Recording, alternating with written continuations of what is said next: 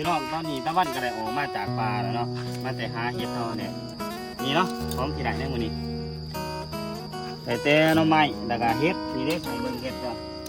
ย่างหน่อยมาอันนี้ก็ได้เห็ดอยู่นี่สีเก่าเขาได้เงินเขาเนี่ยจะว่านี่เด้ร้านกันไปหาไปดักเขาเนี่ยได้บ่ได้ว่าจะได้อ้าวมันต้องไม้ดีละหรือว่าต้องไม้นี่จะเบิ่งข่อย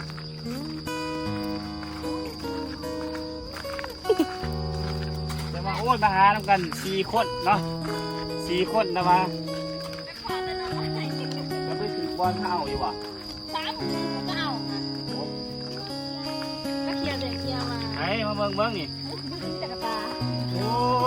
ยขนาดเด้อไปวันนี้พี่น้องเลยจะได้เมื่อเด้อบัดนี้